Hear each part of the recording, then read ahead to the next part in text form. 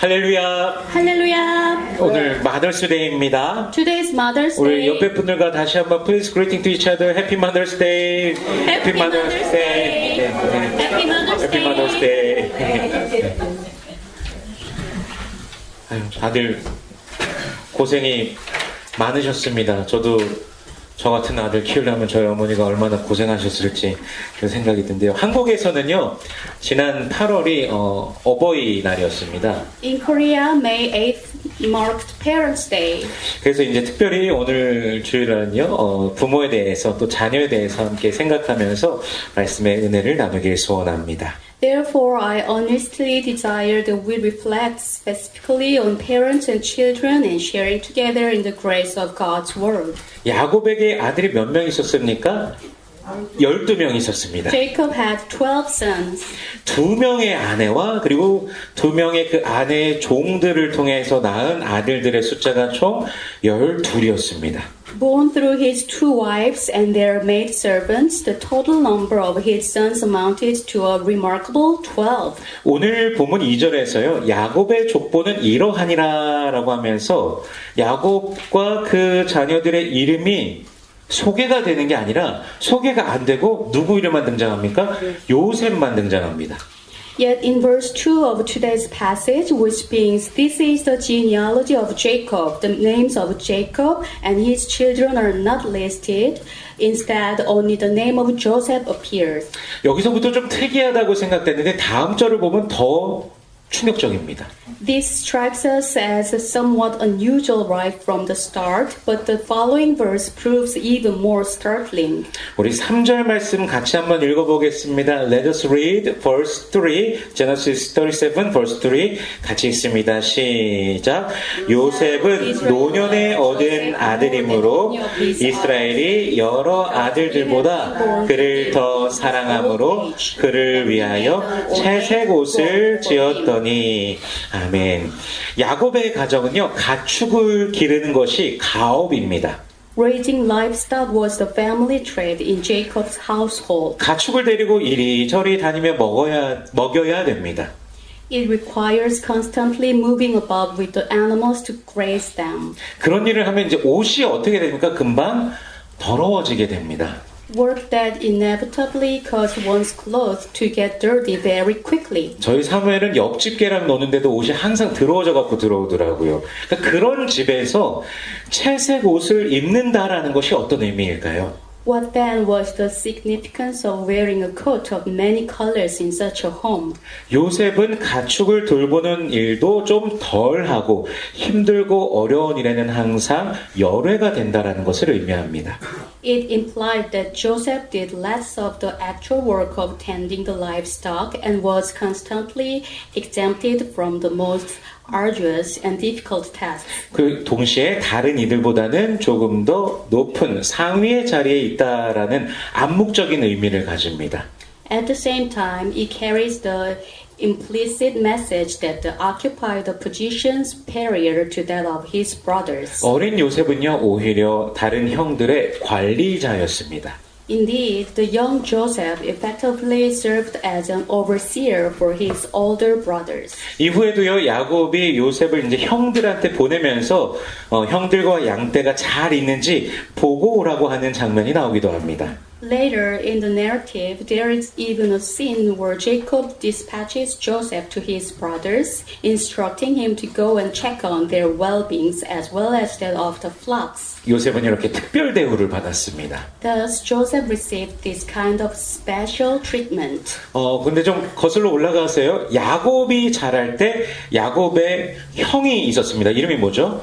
에서 형이 있었습니다. When Jacob is growing, he had an older brother named Esau. 에서와 야곱의 아버지 이삭은 누굴 더 사랑했습니까? 에서를 더 사랑했습니다. Isaac, the father of both Esau and Jacob, loved Esau more.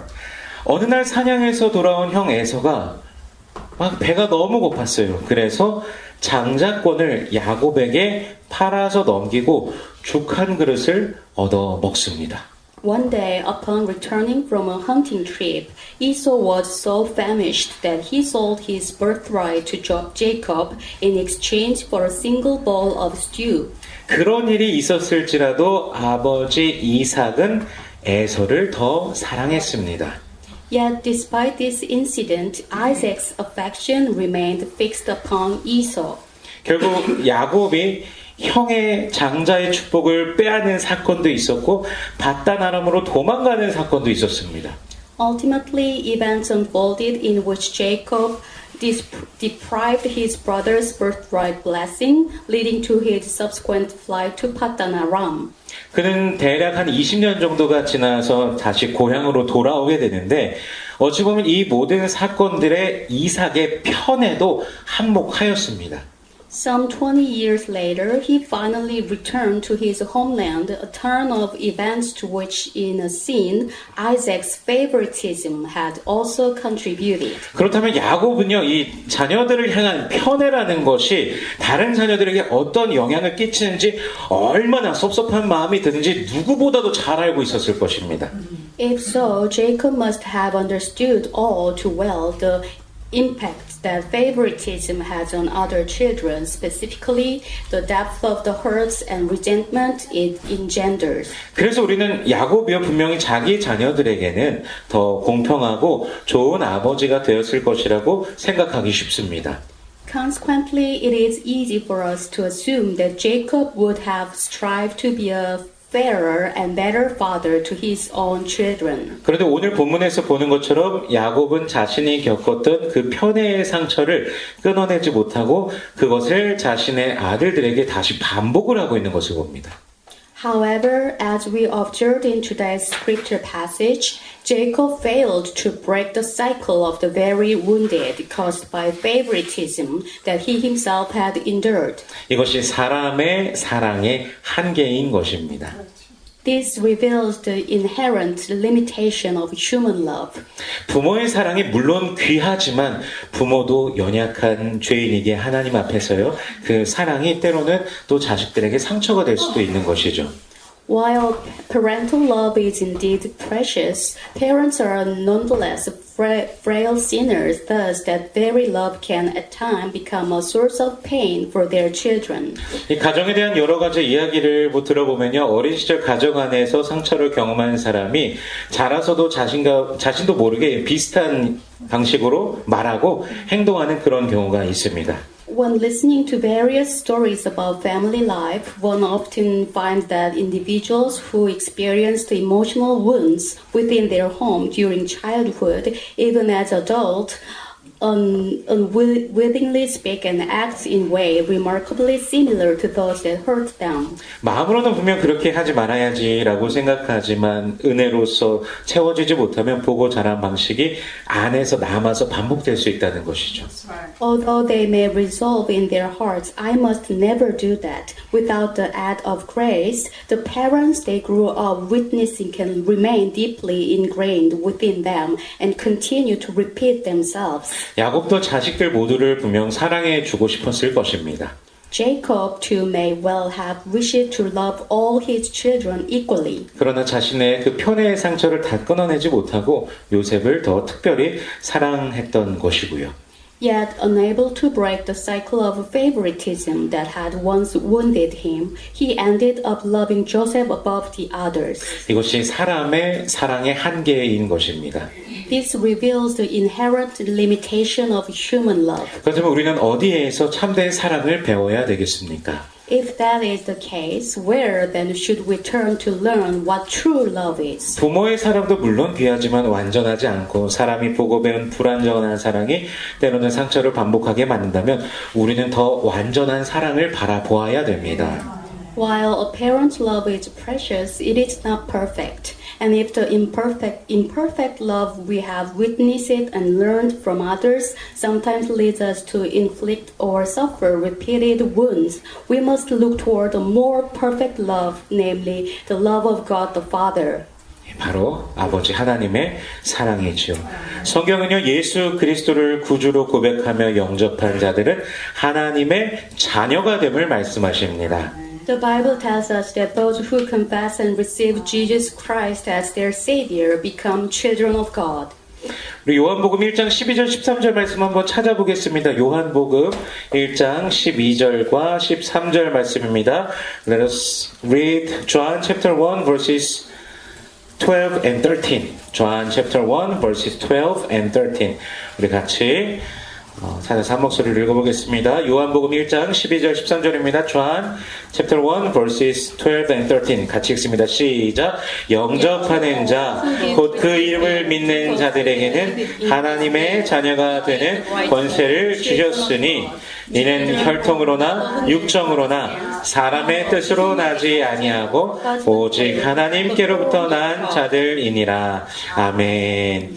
하나님께로부터 났다는 것이 얼마나 감사하고 영광스러운 일입니까? How truly grateful and glorious it is to have been born of God. 우리는 육신의 가정에서 태어난 것으로 끝나는 사람들이 아닙니다. We are not merely people whose existence ends with our birth into an earthly family. 그리스도 예수 안에서 하나님께로부터 난 자들이고 하나님의 자녀가 된 사람들입니다.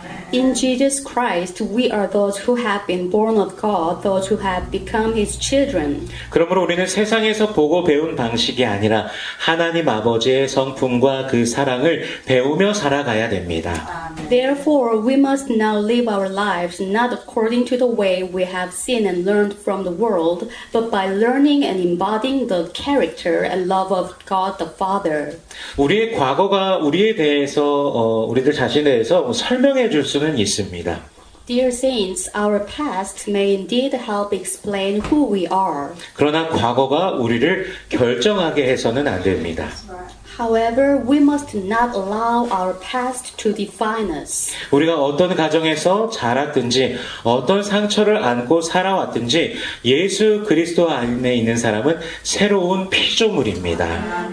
Regardless of the family in which we were raised or the wounds we have carried throughout our lives, anyone who is in Christ Jesus is a new creation. 주님께서는요, 우리가 가졌었던 과거의 그 상처들을 마치 없었던 것처럼 부인하라는 것이 아니라 그 상처까지도 하나님의 은혜 안에서 새롭게 해 주십니다. The Lord does not ask us to deny our wounds. Rather, He renews those very wounds within the embrace of God's grace. 예수 믿는 자는 그리스도 안에서 다시 태어난 자이기 때문입니다. Those who believe in Jesus are those who have been born again in Christ. 예수 안에서 누리는 영원한 생명과 하나님의 나라를 기뻐하는 우리 모든 성도님들 되시기를 축복합니다. I bless you all, praying that you may rejoice in the eternal life and the kingdom of God that we enjoy in Jesus. 고린도후서 5장 17절에서 이렇게 말씀하십니다. 그런즉 누구든지 그리스도 안에 있으면 새로운 피조물이라. 이전 것은 지나갔으니 보라 새 것이 되었도다. Therefore, if anyone is in Christ, the new creation has come. The old has gone, the new is here. 새로운 피조물이 된 자들, 새 것이 된 자들을 향한 하나님의 사랑은 어떠할까요? What is the nature of God's love for those who have become new creation? For those who have been made new. 부모의 사랑은요, 때로는 이 채색옷처럼 눈에 보이는 특별 대우로 표현될 수 있습니다. Parental love can sometimes be expressed through visible forms of special treatment, much like a coat of many colors. 야곱은 사랑하는 아들 요셉에게 채색옷을 분명히 입혔습니다. Jacob, for instance, clothed his beloved son Joseph in such a coat. 그러나 하나님의 사랑은 단지 우리를 편하게 하고 어떤 특별하게 대하는 방식으로만 나타나지는 않습니다. However, God's love is not manifested solely in ways that merely provide us with comfort or grant us special privilege. 우리를 사랑하시기 때문에 하나님의 자녀답게 하나님의 방식으로 우리를 빚어 가십니다. Rather, precisely because God loves us, He shapes and molds us to become worthy of being His children. 하나님께 요셉은 특별한 아이였는데요. 하나님께서는 요셉을 위해 준비하신 그 길이 뜻밖에도 고난의 길이었습니다. The path God prepared for Joseph was unexpectedly a path of suffering. 사람은 사랑을 생각할 때, 이걸 생각할 때요, 평안함, 보호를 보통 떠올리지 않습니까? When people think of love, they typically associate it with peace and protection. 그러나 하나님의 사랑은 우리를 편하게만 하시는 사랑이 아닙니다.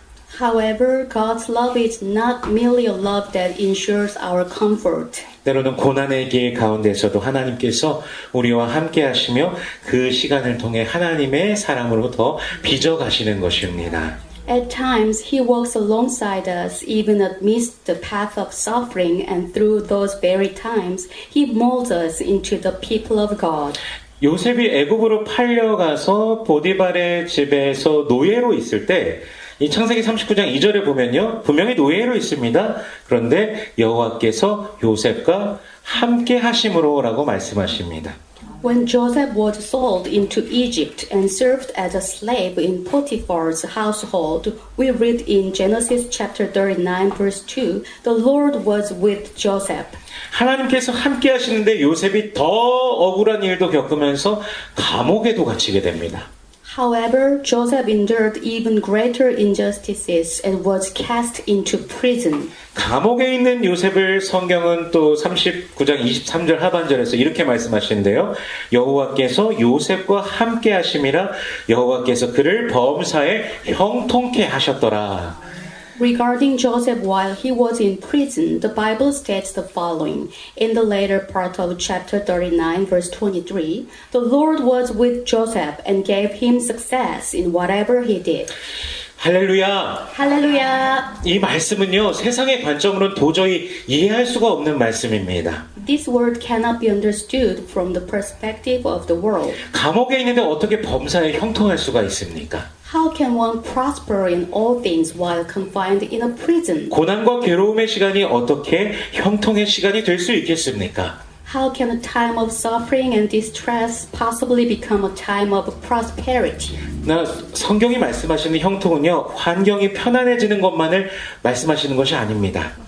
However, the prosperity of which the Bible speaks does not signify merely that one's circumstances become comfortable. 하나님께서 함께 하시는 것이 형통입니다. True prosperity lies in God being with us. 하나님의 사랑은 고난을 피하게만 하시는 사랑이 아니라 고난 속에서도 우리와 함께 하시면서 우리를 빚어가시고 단련하시는 그런 사랑입니다. God's love is not a love that merely shields us from suffering. Rather, it is a love that remains with us even amidst our trials, continually shaping and molding us. 욥이 이러한 고백을 합니다. Job makes this confession. 나의 가는 길을 오직 그가 아시나니 그가 나를 단련하신 후에는 내가 정금같이 나오리라. But he knows the way that I take. When he has tested me, I will come forth as gold.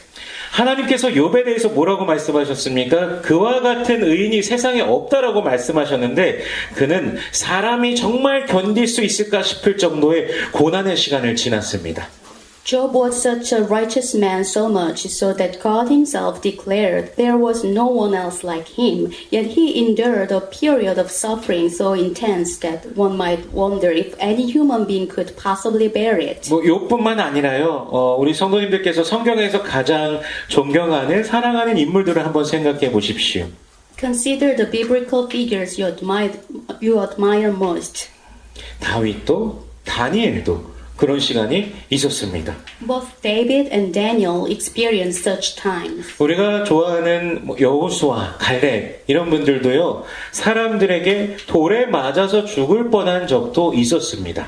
Even Joshua and Caleb, figures we hold in such high regard, once came perilously close to being stoned to death by the people of Israel. 시편 기자가요. 시편 119편 71절에서 이렇게 고백을 합니다. The psalmist confesses this. 고난당한 것이 내게 유익이라 이로 말미암아 내가 주의 율례들을 배우게 되었나이다. It was good for me to be afflicted so that I might learn your decrees. 고난당하기 전에는 하나님의 말씀은 물론 말씀은 알았지만 그렇게까지 중하게 여기지 않고 자신의 뜻대로 살았지만 고난을 지나며 하나님 말씀을 더욱 깊이 배우고 하나님께 더욱더 가까이 하게 되었다라고 고백합니다. Before enduring hardship, one may have treated God's word lightly and lived according to one's own will. However, through the experience of suffering, one comes to learn God's word more deeply and draw closer to Him. 그러므로 고난이 유익이 된다고 하는 것입니다. For this reason, it is said that hardship is beneficial. 마태복음 5장 48절에서 예수님께서 그렇게 말씀하시죠. 그러므로 하늘에 계신 너희 아버지의 온전하심과 같이 너희도 온전하라. Matthew 5:48 said, "Be perfect, therefore, as your heavenly Father is perfect." 주님은 우리에게 하늘 아버지의 온전하심을 닮으라 하십니다. The Lord calls upon us to emulate the perfection of our heavenly Father. 한번 우리 옆에 분들 한번 보시겠어요? 우리 하나님을 닮았는가? 한번 옆에 분들 Please look each other. 네, 한번 보세요. 옆에 사람 한번 보셔요. 하나님 닮았는지 한번 이렇게 한번 쑥 쳐다보세요. 어떻게 닮았나요? 네. 네, 이것은요 흠없는 완벽한 사람이 되라라는 그런 뜻은 아닙니다. This does not mean becoming a flawless, perfect human being. 아버지의 그 사랑, 아버지의 그 성품을 닮아가라는 말씀입니다. But rather striving to reflect the character of love of God the Father. 하나님은 때로는요 고난의 시간을 통해 우리의 마음을 낮추시고 우리의 사랑은 오히려 넓히시고 아버지의 사랑을 닮은 자녀로 살아가게 하십니다. Furthermore, God sometimes uses time of suffering to humble our hearts, broaden our capacity for love, and mold us into children who bear the likeness of our Heavenly Father's love. 우리가 하나님의 사랑을 가장 분명하게 보는 곳은 바로 십자가입니다. The place where we see God's love most clearly is the cross. 예수님께서는 우리 죄를 대신하여 십자가에 못 박혀 죽으셨습니다. Jesus was crucified and died in our place. 고통과 수치와 모욕을 당하시며 우리를 위해서 자신의 생명을 내어 주셨습니다. Enduring pain, shame, and humiliation, He laid down His life for us. 그러나 하나님께서 그를 죽은 자 가운데서 살리시고 지극히 높이신 것이죠. Yet God raised Him from the dead and exalted Him to the highest place. 그러므로 십자가는요 고난의 끝이 아니라 하나님의 사랑이 우리를 살리고 새롭게 하시는 길이라는 것을 보여주십니다. Therefore, the cross demonstrates that suffering is not the end, but rather the path through which God's love brings us to life and renews us. 성도 여러분, 부모의 사랑은요 물론 너무너무 귀하지만 완전하지는 않습니다. Dear brothers and sisters, a parent's love is precious, yet it is not perfect. 부모도 연약하고 자녀도 연약합니다.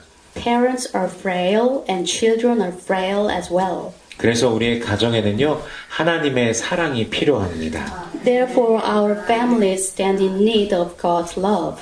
야곱의 사랑은 요셉에게 채색옷을 입혔지만 하나님의 사랑은 요셉을 고난 속에서도 붙드시고 하나님의 사랑으로 빚어 가셨습니다. Jacob's love clothed Joseph in a coat of many colors, but God's love sustained Joseph even amidst his hardships and molded him into a man of God. 그러므로 우리는 부모의 사랑을 넘어 하나님의 사랑으로 나아가야 됩니다. Therefore, we must move beyond the love of parents and advance toward the love of God. 부모는 하나님의 사랑을 배우며 자녀를 사랑해야 됩니다. Parents must learn God's love and in turn love their children. 자녀들은 또 완전하신 하나님의 그 사랑 안에서 부모님을 이해하고 혹은 상처받은 것이 있거든 용서하고 또 가정을 든든히 세워가야 될 것입니다.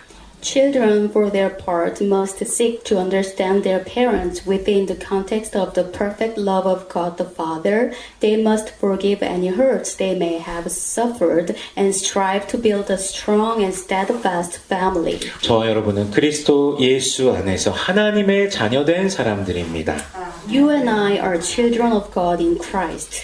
하나님께서 사랑하시는 자녀임을 우리 모두가 기억하면서 모든 상황과 환경 속에서 주를 신뢰함으로 승리하시기를 주 예수 그리스도의 이름으로 축원합니다. Remembering that you are God's beloved children, I pray in the name of the Lord Jesus that you may triumph in every situation and circumstance by placing your trust in the Lord. 기도하겠습니다. Let us pray. 하나님 아버지 감사합니다. 주님의 말씀을 우리에게 주심에 감사합니다. 부모의 사랑도 귀하지만 또 완전하지 않다는 것을 우리가 봅니다. 우리의 가정에 하나님의 사랑을 부어주시고 우리가 사람의 사랑의 한계를 넘어서 하나님 아버지의 사랑 안에서 새롭게 되게 하여 주시옵소서. 우리의 과거와 상처가 우리를 결정하지 않게 하시고 예수 그리스도 안에서 하나님의 자녀답게 살아가게 하여 주옵소서. 고난 속에서도 함께 하시는 주님을 신뢰하며 주님의 사랑을 배우고 닮아가는 모든 성도들 되게 하여 주시옵소서. Our Heavenly Father, we confess that parental love is precious but not perfect. Pour your love into our families and help us to move beyond the limits of human love into the love of our Heavenly Father. Do not let our past wounds define us, but help us live as your children in Christ Jesus. Teach us to trust you even in suffering and make us people who learn and reflect your love. In Jesus' name we pray. Amen.